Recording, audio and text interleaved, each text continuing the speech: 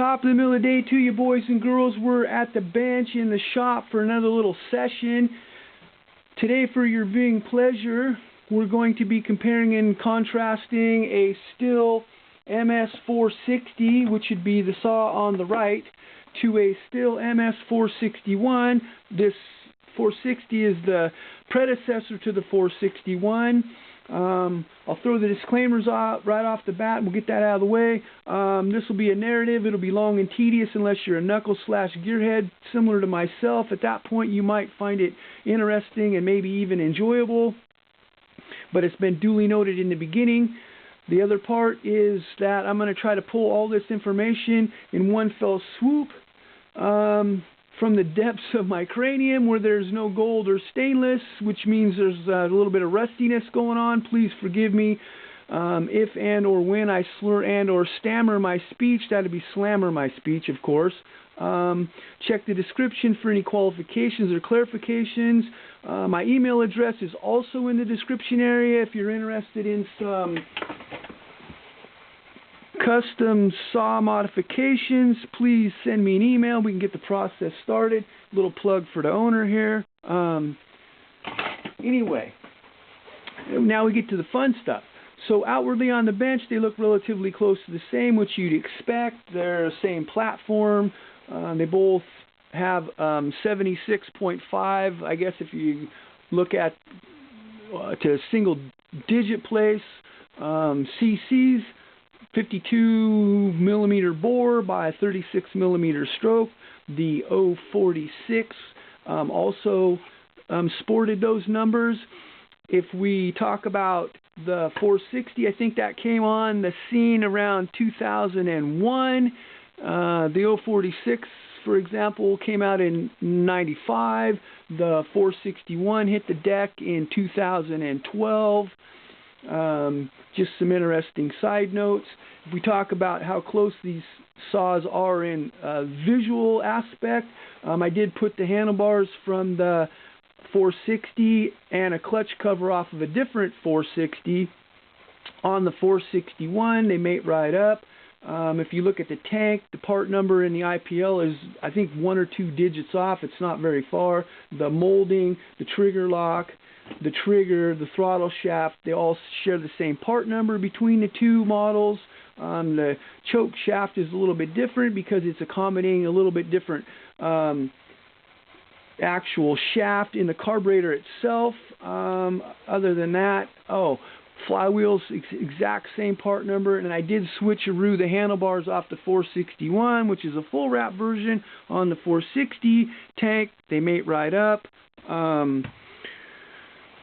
Interesting stuff, I guess I just noticed. They did change the case design in both case halves with the 461. We'll be looking in there to verify that. The inside dog has the same part number on both sides. The outside dog does not.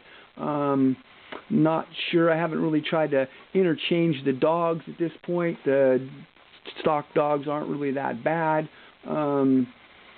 So anyway, if we look at some of the plastic pieces, say the cylinder covers, for example, we will see that they're relatively close conceptually in the way they're designed, which they didn't do a complete makeover when they did the 461. There's some minor changes here and there. There's a couple major. I did check the crank out as a segue back. One part number off. It's interesting. The clutch, the shoes are different part numbers, but the carrier is the same. The worm is a different part number, but the spring is the same. And the oiler, the overall oiler part number is a different. I haven't gotten that far into it. We'll look at the clutch drum here in a second. But back on the plastics again, obviously they're a little bit different. There's 2 captive bolts in the 461, and there's an actual screw that goes into a stud that's anchored in the top of the cylinder on the 461. The 460 has 3 bolts that go through. As a side note, you need to be careful when you're tightening this particular bolt down. There's a small flange on the case, and they have a tendency to split across the top. I see that a lot in both the 460, 046, and the 660s. They're all similar in design. They all have a kind of a weak spot there, if you will. But if we look at the cover, same basic shape, although we have some body styling going on with the 461. I'm pretty sure this is going to allow you to be more smooth and quick when you move through the woods because they're direct in the air with the super styling. I thought that was an interesting concept. Just as a side note, inside they're relatively the same except the compression, the decompression valve technically comes out the front on the side in the 461. I took the air cleaner covers and switched them. The 461 is similar in design and shape. It's off a little bit on the top, the way it sticks up. And it's a little bit different in the back. They molded the back out a little bit. I'm not sure why they did that. I have yet to figure that out. Especially if you get in there, a lot of times you want to run your hand right up against there. You have your hand rubbing on that thing. I think I prefer the old style better. You can use the old style, but you have to change the baffle because of the design of the air cleaner cover on the 461 is a little taller, and it mates up with a little bit taller air baffle. We'll look at that in a second. Inside, if you look at the box, same concept, seals off against the card box cover. Both of them are the same. They have the same flap that allows you to add warm air in the middle of the winter when the air is frigid. For the most part, the air comes in through the bottom in these two holes right here. So real similar in concept, a little bit more, I don't know, they did some molding on the side as well. I guess they're making it look pretty. If we look underneath that, we talked about the baffles for a second. They're a little bit different, but the same concept. You're actually going to get a little bit more hot air coming off the back of the cylinder. I would think with the 461 version, since it's bigger, the holes are bigger, but they interchange. On the card box cover, that's where they attach. If we look at the air filter, standard issue nowadays on the 461 is a cartridge style paper element, same basic shape, rubber lip, works as the seal on the card box cover. 461 comes like this, has a pre-cleaner. I did notice in the IPL there was a pre-cleaner option for these. Interesting concept. I don't really run these myself in particular when I'm using these saws. I won't run these. I think they're kind of a hindrance. Additionally, you're cleaning this with gas and the elastic loses its elasticity, and then they're just kind of, I don't know, not really cool, but a little bit different. Flock style underneath the screen, paper cartridge style, but there's a lot more surface area on this design for filtering than there is for this one. Even though it might get a little clogged down low, you're still going to have these points that are allowing air where you can get a lot clogged up on these. I always ran two when I was running 046s back in the early 2000s. Just clean one at halftime. The flanges, and underneath both of them have a, they call this an air baffle. And they both have the same flange. If we look at the way this works in concept, we see that it restricts air from underneath here.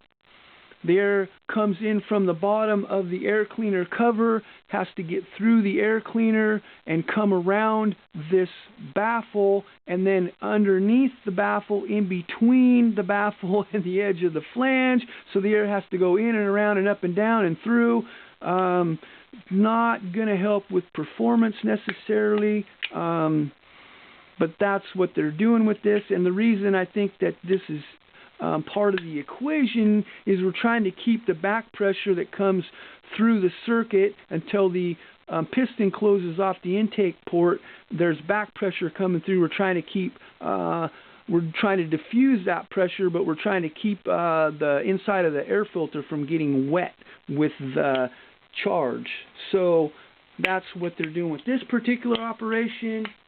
At least that's my interpretation. Like I said, flanges are the same. I took the carb box covers and reversed them. They fit right on the tank. The screws that hold the carburetor on, they're called collar screws technically. They're both the same. The only thing I could find different with the fuel line was the color, different part number, but same basic idea. This is probably a little cheaper to manufacture. That's probably why they have it solid in the center. There's one step in this process. There's a couple in this one, but they interchange. Carb box inside is the same. So if we look underneath, we see the carburetors outwardly, physically. I didn't really see anything different at all, except the shaft has a little bit different situation going on when it interacts with the, well, this is called the shaft, and that's also called the shaft. But the tang off the shaft from the choke lever interacts with this particular design. You can see it's just a little bit different. Based on what I'm seeing, you could probably switch them around easy enough. Same venturi size, just concept. They're really close to the same. I did take one apart out of a 460 just for kicks. We'll take a look at some of the stuff going on here. If we look the way the carburetor's oriented in the carb box itself, it's like this. So this would be the drive side. We can see in there there's a nozzle. That's going to help aerate the fuel. The nozzle sitting off to the side comes down different than a lot of the other carburetors I've seen on the market. My interpretation is we're trying to get the air to swirl as it's going through there, since there's going to be less pressure associated with this side since it's wide open. Maybe cause the air to start spinning through there a little bit. I think that's the concept. If we look inside, we can see some fixed jets. The needles are controlling the fuel that comes through after it gets in there, that actually gets into the nozzle. Through these passageways, we can see the metering fork, and then the needles moving right here. This is allowing the fuel to get in, basically, so it can get into the nozzle. We have a diaphragm and a gasket fits on top of there, so it's moving up and down, allowing fuel to come in and basically slowing it down or even stopping it, I guess, if it's necessary. If we look at the other side, this is technically the pump side. This would be the diaphragm that actually is fluttering based on the pulse. So it fits on top, basically, of this cavity right here. It's allowing it to flutter a little bit, pulling the fuel from the tank into the carburetor. Since if we look at the way this sits, it's on the bottom, so it's basically pressurizing and the fuel's coming through based on the metering side. Kind of an interesting concept if you just think about a carburetor. Once they actually made the diaphragm style, I think that was in the 40s or the 50s on saws. I think it was maybe in the 40s. Yeah, somewhere in there they started doing the diaphragm style. They didn't have to have the gas tank gravity feeding into the carburetor, which has really helped chainsaws just in general take a leap forward. If we look at the intake manifolds, they're exact, all the parts are the same. We've looked at these in a few other videos, but we'll take a look in here just in case this is your first time. There's some pyramid-shaped ridges in there. There's a band that got confirmation from the tech people at Stihl. We're trying to atomize the fuel with these. It's kind of a little rough patch in there. That was the concept. So same situation. If we look a little bit further at the cylinder, we do have a nuked one that came in. You can see they're the same shape, so they go from really round. They're trying to change it a little bit already. If we take a look at the 460, we see that it has the Stihl logo, but we also see it's really probably manufactured by Moly, since it's got the Moly name on it for Stihl. That'd be pretty normal. If we look inside, we can see that it goes from kind of round to pretty oblong. The two ports in the exhaust are relatively close to the same shape. One thing I did notice, the opening is really wide on the 460 at the bottom, comes from the windows in the piston and underneath the piston.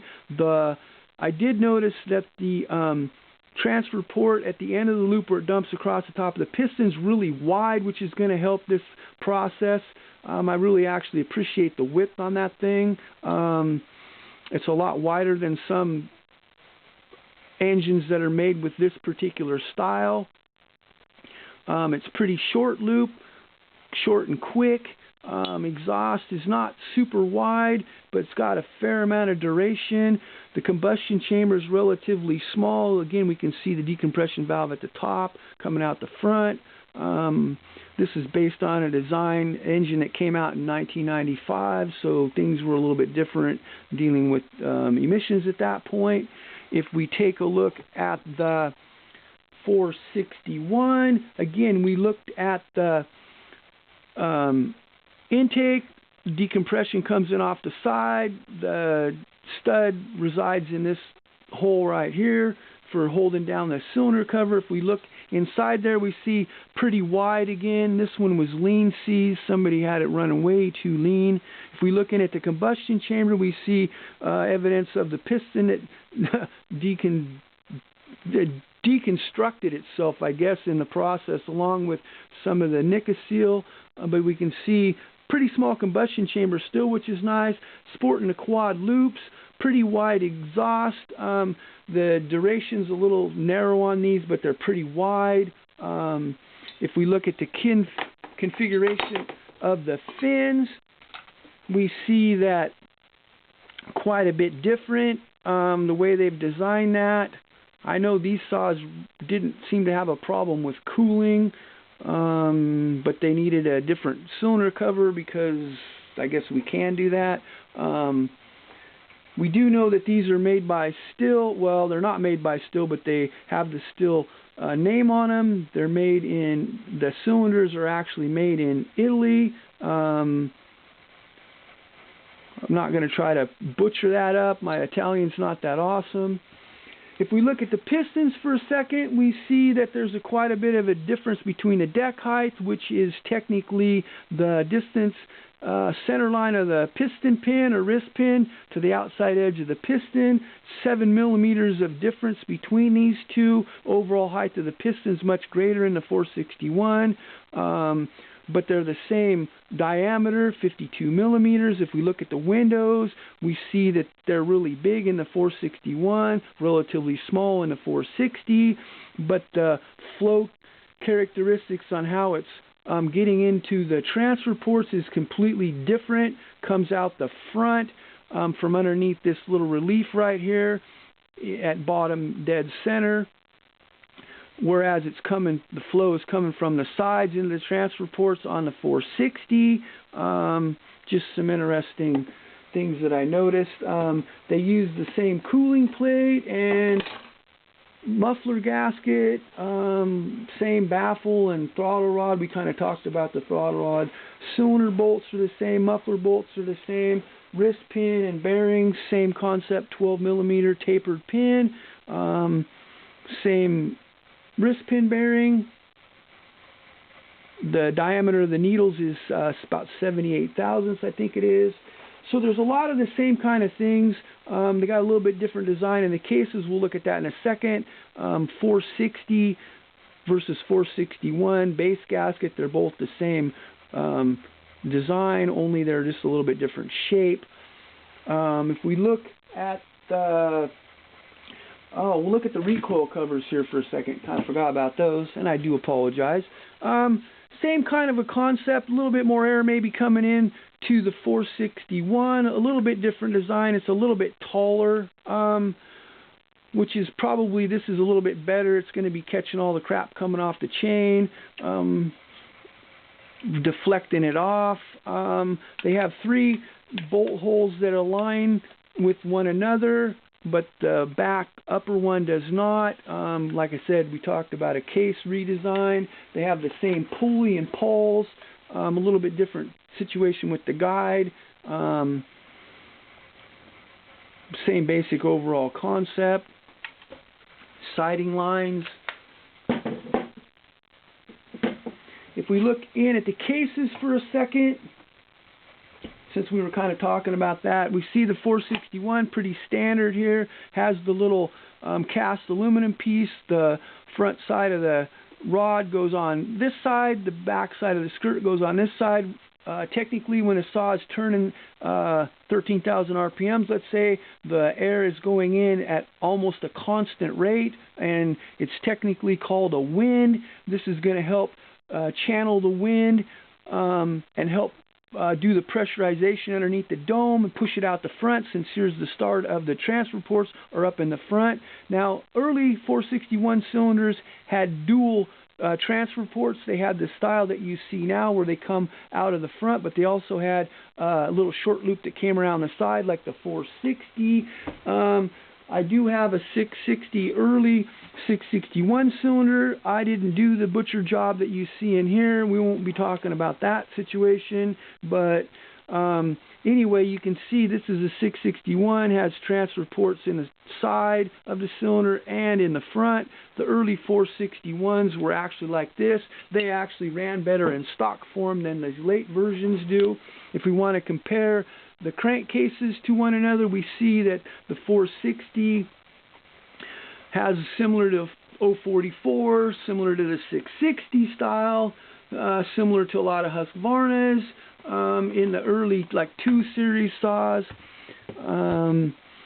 If we want to look, we didn't talk much about the clutch cover, so we're going to do, like I said, this is off of a 460. If we want to get a cameo from my 046, we can see this is kind of a cherry. Pulled this one from underneath the bench, been saving it out for a while. Only made a few test cuts with it, but this is the clutch cover from the 461. There is a slight part number difference with this particular clutch cover than what you'd see on the standard 460. I'm not exactly sure why. They share the same dust flap. But like I think I mentioned, that the outside dog on the 461 has a different part number than on the 460s. If we look underneath, I took the clutch drum off the 461 and mated it up with the 460. Seems to be working very well. Just some interesting concepts. If we take a look inside at the mufflers real quick, we're running out of time, so we've got to blow through it. Baffle. Same, you got couple different choices. 461 comes like this. Muffler casing is this particular style right here. Different version for Canada and Australia. Open more like the 044s. But there's only one version in the IPL for the 461, and there's like several choices for the 460. So anyway, I think I got everything kind of covered here. Oh, the rings, they're the same thickness, same width. Checked all of that. That's about it from this peanut gallery session. Running short on time, so thanks for watching. Please have a blessed day wherever you might be on God's green earth.